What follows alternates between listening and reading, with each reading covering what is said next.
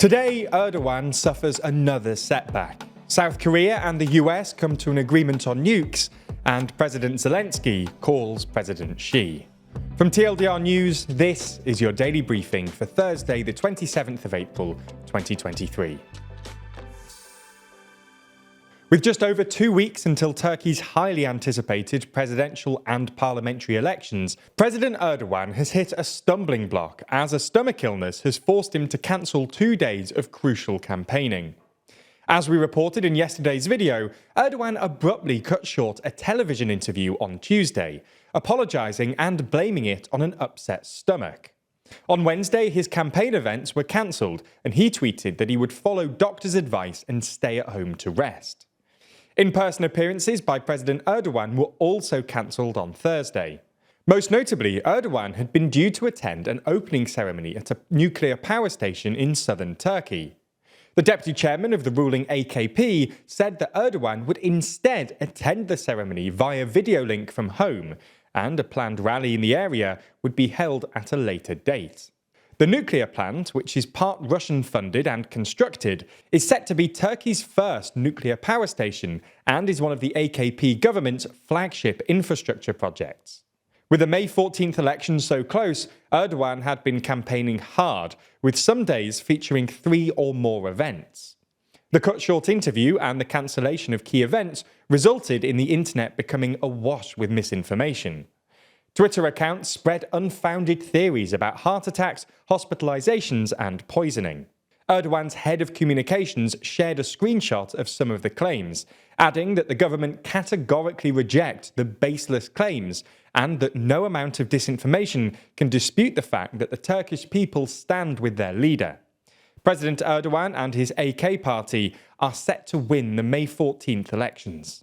Now, putting that public confidence aside, polls show the presidential race being neck and neck, or Erdogan slightly behind, having been damaged by Turkey's ongoing economic trouble and the fallout from the devastating earthquake in February that killed more than 50,000 people. Opposition candidate Kemal Kılıçdaroğlu from the centre-left CHP may bring an end to Erdogan's 2 decades in power.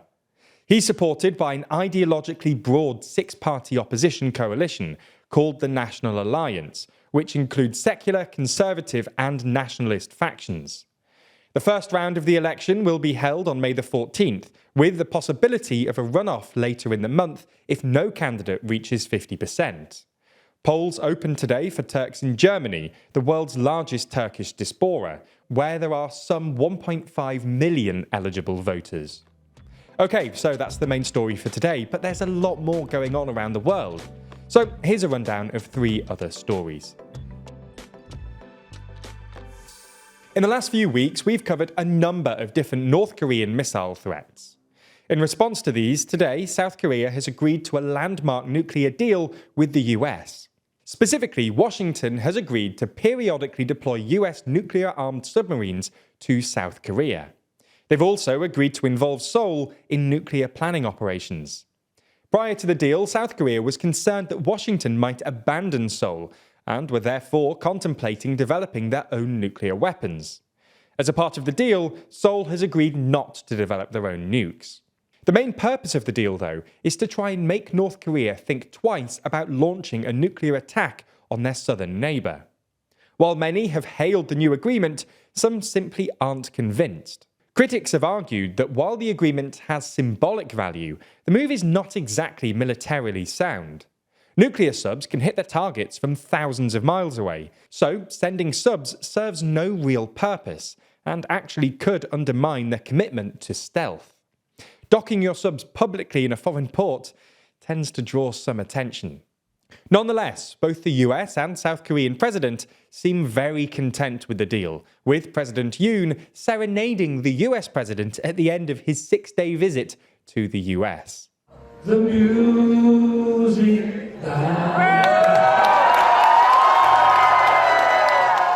There's more on the way, but be sure to subscribe and ring the bell to make the daily briefing part of your daily routine, or just search for us on your podcast app to listen along. Now, this is particularly important right now too, as we're closing in a lot on 150,000 subscribers. So if you haven't already, please genuinely do consider subscribing. Chinese President Xi Jinping has held a telephone call with Ukraine's President Zelenskyy for the first time since Russia invaded more than a year ago. According to Zelenskyy, the call was long and meaningful, while Xi told Zelenskyy that China would not add fuel to the fire and said that negotiations were the only way out of the conflict. For a while now, Xi has resisted calls for him to speak with Zelenskyy, but now that the call has been made, he says it demonstrates China's objective and impartial position on international affairs. Zelenskyy announced after the call that Ukraine would send an ambassador to China, a post which had not been filled since February 2021. The Chinese government pledged to send a special representative to Kyiv for talks about a possible political settlement. In a post-call statement, Zelenskyy said there can be no peace at the expense of territorial compromises, and that Ukraine's territory must be restored within the 1991 borders. Western leaders welcomed the call, though somewhat cautiously, with the White House saying it was too early to tell whether it would lead to a meaningful peace movement or plan. The German government said China had a special responsibility to end Russia's illegal war of aggression against Ukraine. Last night, MPs in the House of Commons in the UK gave their final approval on the controversial illegal migration bill, with 289 votes for and 230 votes against. The bill looks to change the law so that people who enter the UK seeking asylum, but do so irregularly, can be removed to a third country. It also removes protection provided to suspected victims of modern slavery or human trafficking while their case is being heard. There were some hugely notable, and in some instances rather surprising, critics of the bill. This includes former Prime Minister and former Home Secretary Theresa May, who herself introduced hardline policies that related to immigration. She spoke out against provisions that would weaken modern slavery protections that she introduced. In the end, she did not vote for the bill and chose to abstain. In the debate, the current Home Secretary, Suella Braverman, suggested that those fleeing war or persecution should simply approach the UNHCR, the United Nations High Commissioner for Refugees. The UNHCR, though, issued a statement insisting there is no mechanism through which refugees can approach UNHCR with the intention of seeking asylum in the UK. The bill now needs only to clear the House of Lords in order to make its way onto the statute book. In the final uplifting story today, we discuss people being laid off from Burger King. Last week, 26 Burger King locations were closed, mostly in Metro Detroit. In response to this, Stitzy, a cannabis brand in Michigan, offered jobs to laid-off employees. In addition to this, each worker has been offered $16 an hour for the day shift and $16.50 for the night shift, plus benefits. In total, Stitzy is offering to hire 200 of the 400 laid-off workers. However, if there is enough interest from other laid-off workers, it says it would hire the other 200 as well. That's all we have time for on YouTube, but the briefing isn't over. That's because we explain the UK's decision to block the Microsoft Activision acquisition in the extended ad-free edition of the Daily Briefing, only on Nebula. Before we go, don't forget that our show This Week in Parliament, which is our weekly rundown of what's really going on behind the doors of Westminster, is back, and the next episode will be available only on Nebula on Sunday.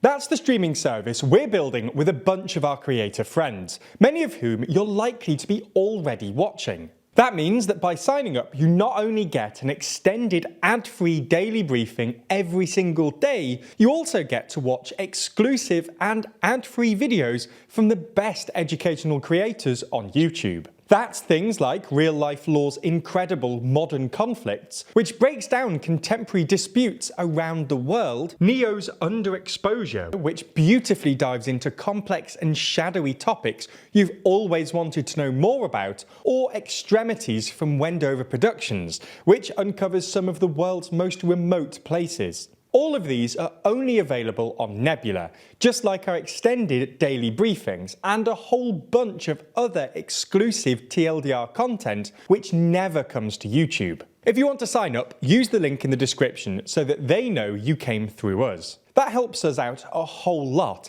as does watching on Nebula more generally. So thanks for signing up, and we'll see you on Nebula.